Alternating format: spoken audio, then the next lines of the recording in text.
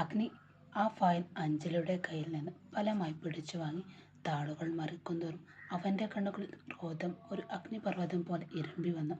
കണക്കുകളിലെ കള്ളത്തരം അവൻ്റെ തഴക്കമുള്ള കണ്ണുകളിൽ നിന്നും മറച്ചു വെക്കാൻ ആർക്കും കഴിഞ്ഞില്ല. അഗ്നിയുടെ മുഖത്തെ ഭാവമാറ്റം കണ്ട അഞ്ജലി ഉള്ളിലെ പേടി പുറത്തു കാട്ടാതെ മുഖത്ത് കപടമായൊരു സങ്കടം വരുത്തിക്കൊണ്ട് പറഞ്ഞു, അയ്യോ സർ, അത് ഞാനല്ല ചെയ്തത്. ഈ ഫയലിലെ കണക്കുകളെല്ലാം ക്ലിയർ ചെയ്തത് മാളവികയാണ്. ഞാൻ ജസ്റ്റ് ഒന്ന് നോക്കിയെന്നേ ഉള്ളൂ. അവളോട് ഞാൻ ചോദിച്ചതാ ഇതൊക്കെ ശരിയാണോ എന്ന്. പക്ഷെ അവൾ എന്നോട് തട്ടിക്കയറുകയായിരുന്നു സർ. എനിക്കൊന്നും അറിയില്ല സർ. അഞ്ജലിയുടെ വാക്കുകൾ കേട്ടതും അഗ്നിയുടെ നിയന്ത്രണം വിട്ടു. മേശപ്പുറത്ത് കൈ ചുരുട്ടി ഇടിച്ചുകൊണ്ട് അവൻ അലറി, പിന്നെ എന്തിനാടി നീ ഈ ഫയലും തൂക്കിപ്പിടിച്ച് എൻ്റെ മുന്നിലേക്ക് വന്നത്? നിന്റെ ജോലി എന്താ ഇവിടെ? മറ്റുള്ള തലയിൽ കുറ്റം ചാരി രക്ഷപ്പെടാനാണോ നീ ഇങ്ങോട്ട് വരുന്നത്? അഗ്നിയുടെ ശബ്ദം ആ ക്യാബിനിൽ മുഴങ്ങിക്കൊണ്ടിരുന്നപ്പോഴാണ് മാനേജർ വിവേകിൻ്റെ ഫോൺ ശബ്ദിച്ചത്.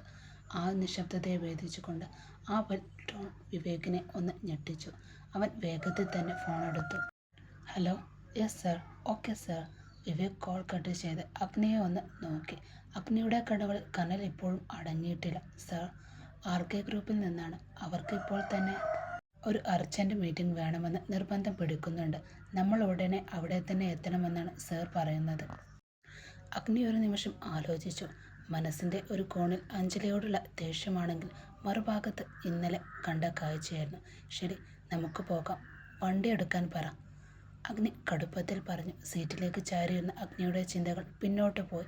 ഇന്നലെ രാത്രി തൻ്റെ ഏട്ടൻ വാസുദേവൻ മദ്യലഹരിയിൽ ആടിയാടി വീട്ടിലേക്ക് കയറി വന്ന രൂപം, അന്തസ്സോടെ തലയുയർത്തി നടന്നിരുന്ന തൻ്റെ ഏട്ടനെ ഈ അവസ്ഥയിലേക്ക് എത്തിച്ചതും ആരാണെന്ന് അവനറിയാം.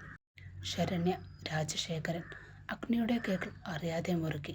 തന്നെയും തൻ്റെ കുടുംബത്തെയും തകർക്കാൻ നോക്കുന്നവർക്ക് മറുപടി അവൻ്റെ മനസ്സിൽ ആദ്യമേ തയ്യാറായിരുന്നു. RK ഗ്രൂപ്പിലെ മീറ്റിംഗ് വെറുമൊരു ബിസിനസ് ചർച്ചയല്ല, തൻ്റെ ശത്രുതയ്ക്കുള്ള മരണക്കെണിയാണെന്ന് അഗ്നി അപ്പോഴേ ഉറപ്പിച്ചിരുന്നു. അഗ്നിയുടെ അംബാസഡർ കാർ RK ഗ്രൂപ്പ് എന്ന ബഹുനില കെട്ടിടത്തിൻ്റെ മുന്നിൽ വന്നു നിർത്തി. കാറിൽ നിന്നും അവൻ നടന്നകന്നു. RK ഗ്രൂപ്പ് ഹോസ്പിറ്റലിൻ്റെ ഉള്ളിലേക്ക് അവൻ്റെ പാദങ്ങൾ വേഗത്തിൽ നടന്നു. RK ഗ്രൂപ്പിൻ്റെ കോൺഫറൻസ് ഹാൾ നിശബ്ദമായിരുന്നു. എയർ കണ്ടീഷനുകളുടെ നേർത്ത ശബ്ദം മാത്രം കേൾക്കാൻ. മേശയുടെ ഒരറ്റത്ത് ഗൗരവം വിടാതെ അഗ്നി ഇരിക്കുന്നു. എതിർവശത്ത് തന്ത്രശാലിയായ രാജശേഖരനും. അഗ്നി ഫയലിൽ നിന്നും കണ്ണെടുക്കാതെ തന്നെ അയാളോടായി ചോദിച്ചു, എന്തിനാണ് രാജശേഖരൻ സാർ എന്നെ വിളിച്ചത്? രാജശേഖരൻ സാർ, എൻ്റെ ഏട്ടൻ വസുദേവൻ പാർട്ട്ണറായിരുന്ന ഈ ഹോസ്പിറ്റലിലെ ഓഹരികൾ ഇപ്പോൾ താങ്കളുടെ പേരിലാണല്ലോ. എങ്ങനെയാണ് ഇത്ര പെട്ടെന്ന് ആ മാറ്റം ഉണ്ടായത്? ഇതിനെക്കുറിച്ച് എൻ്റെ ഏട്ടനോടോ എന്നോടോ അച്ഛനോടോ ഒന്നും ചോദിച്ചില്ല. രാജശേഖരൻ ചുണ്ടിലൊരു കൗശലക്കാരൻ്റെ ചിരി വരുത്തിക്കൊണ്ട് അഗ്നിയെ ഒന്ന് നോക്കി. അത് പിന്നെ അഗ്നി, വസുദേവൻ ഇപ്പോൾ പഴയതുപോലെ അല്ലല്ലോ. മദ്യവും ലഹരിയും അവനെ വല്ലാതെ മാറ്റി. ഹോസ്പിറ്റലിൻ്റെ ഭാവി കരുതി ഞാൻ എൻ്റെ മരുമകനെ തന്നെ ഇവിടെ നിർത്തിയത്. പക്ഷേ അവൻ തന്നെ സന്നദ്ധനായി ഒഴിഞ്ഞിരിക്കുന്നതാണ്. ബിസിനസ്സിൽ വികാരങ്ങൾക്ക് സ്ഥാനമില്ലല്ലോ. അഗ്നി കസേരയിൽ നിന്ന് സാവധാനം എഴുന്നേറ്റു. അവൻ്റെ കണ്ണുകൾ അപ്പോഴും കനൽ ജ്വലിച്ചു തന്നെ നിൽക്കുന്നുണ്ട്. ബിസിനസ്സിൽ വികാരമില്ലായിരിക്കാം രാജശേഖരൻ സാർ, പക്ഷേ വിശ്വാസവചനക്ക് മറുപടിയുണ്ട്. എൻ്റെ ഏട്ടനെ ആ ലഹരിയുടെ പടുകുയിലേക്ക് തള്ളിയിട്ടത് ആരാണെന്ന് എനിക്ക് നന്നായി അറിയാം. അഗ്നി മേശയിലേക്ക് ആഞ്ഞു നിന്നുകൊണ്ട് തുടർന്നു. എനിക്ക് കണക്കുകളല്ല വേണ്ടത്. ആ ഹോസ്പിറ്റലിലെ ചീഫ് കാർഡിയോളജിസ്റ്റായി വീണ്ടും വസുദേവനെ ഇന്ന് തന്നെ തിരികെ നിയമിക്കണം. അതിനുള്ള ഓർഡർ ഒപ്പിടണം ഇപ്പോൾ തന്നെ നിങ്ങൾ. രാജശേഖരൻ പരിഹാസത്തോടെ ചിരിച്ചുകൊണ്ട് അഗ്നിയോടായി പറഞ്ഞു. ഒരു മദ്യപാനിയായ നിന്റെ ഏട്ടനെ എങ്ങനെ ഞാൻ? വാക്കുകൾ പൂർത്തിയാക്കും മുൻപ് വാതിൽ വലിച്ചു തുറന്ന് ശരണ്യ അകത്തേക്ക് കയറി വന്നു. ലഹരിയുടെയും ആഡംബരത്തിൻ്റെയും തിളക്കം അവളുടെ കണ്ണുകളിലും വേഷവിധാനത്തിലുമുണ്ട്. തൻ്റെ ഭർത്താവിനേക്കാൾ അവൾക്ക് താല്പര്യം അന്യപുരുഷന്മാരും ലഹരിയുമാണെന്ന് ആ മുഖത്തെ ഭാവങ്ങൾ തന്നെ വിളിച്ചു പറയുന്നുണ്ട്. അങ്ങനെയാണെങ്കിൽ നിന്റെ മകൾക്കും ഇല്ലാത്തതായിട്ട് ഒന്നുമില്ലല്ലോ. എന്നും സ്വന്തം ബിസിനസ് പാർട്ട്നേഴ്സ്മാരോടൊപ്പം ചുറ്റിക്കറങ്ങൽ, വലിയ വലിയ ക്ലബ്ബുകളിൽ പോവുക, ഇതെല്ലാം ദുശീലങ്ങളല്ലേ രാജശേഖരൻ? ഇതൊക്കെ ചെയ്തിട്ടും നീ നിന്റെ മകളെ RK ഗ്രൂപ്പിൻ്റെ MD സ്ഥാനത്ത് നിന്നും മാറ്റിയില്ല. അഗ്നിയുടെ ചോദ്യത്തിന് മുന്നിൽ രാജശേഖരൻ എന്ന് വിളറിപ്പോയി. മകളുടെ ലഹരി ഉപയോഗത്തെക്കുറിച്ച് അഗ്നി അത്രയും പച്ചയായി പറഞ്ഞപ്പോൾ രാജശേഖരൻ അക്ഷരാർത്ഥത്തിൽ തകർന്നുപോയി. കാരണം അവളുടെ ഭർത്താവായ വസുദേവൻ പോലും ആ കാര്യം ഇതുവരെ അറിഞ്ഞിട്ടില്ല. എന്നാൽ അപ്പോഴും ശരണ്യയുടെ കണ്ണുകൾ ഞെട്ടലിനേക്കാൾ ഉപരി അഗ്നിയോടുള്ള കടുത്ത അമർഷമാണ്. തൻ്റെ അഭിമാനത്തിന് മുറിവേറ്റ നിമിഷം ശരണ്യ പതറാതെ അവനെ നേരെ തിരിഞ്ഞു. കടുത്ത സ്വരത്തിൽ അവൾ അവനോടായി പറഞ്ഞു, മതി അഗ്നി, നിന്റെ സംസാരം ഇവിടെ നിർത്താം. എൻ്റെ പേഴ്സണൽ ലൈഫിനെ കുറിച്ച് സംസാരിക്കാൻ നീ ആരാണ്?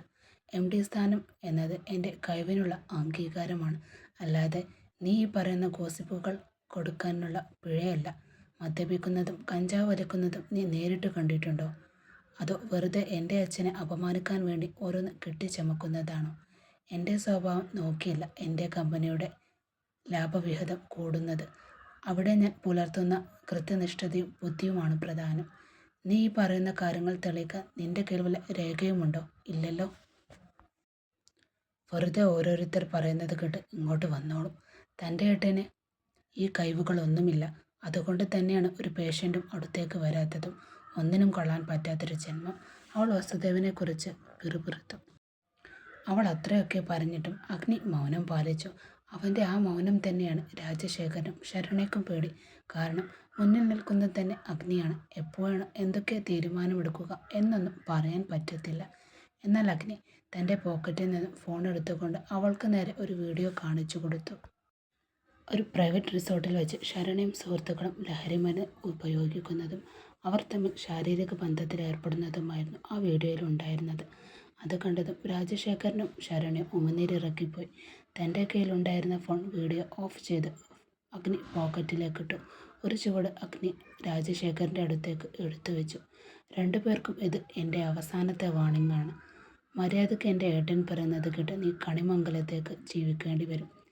ഇനിയും അച്ഛനും മോളും എൻ്റെ ഏട്ടനെ ഇനിയെങ്ങാനും ഏതെങ്കിലും തരത്തിൽ നിങ്ങൾ ഉപദ്രവിച്ചു എന്ന് ഞാൻ അറിഞ്ഞാൽ ഈ വീഡിയോ എത്തേണ്ടിടത്ത് എല്ലാം ഞാൻ എത്തിക്കും. മനസ്സിലായോ രണ്ടുപേർക്കും?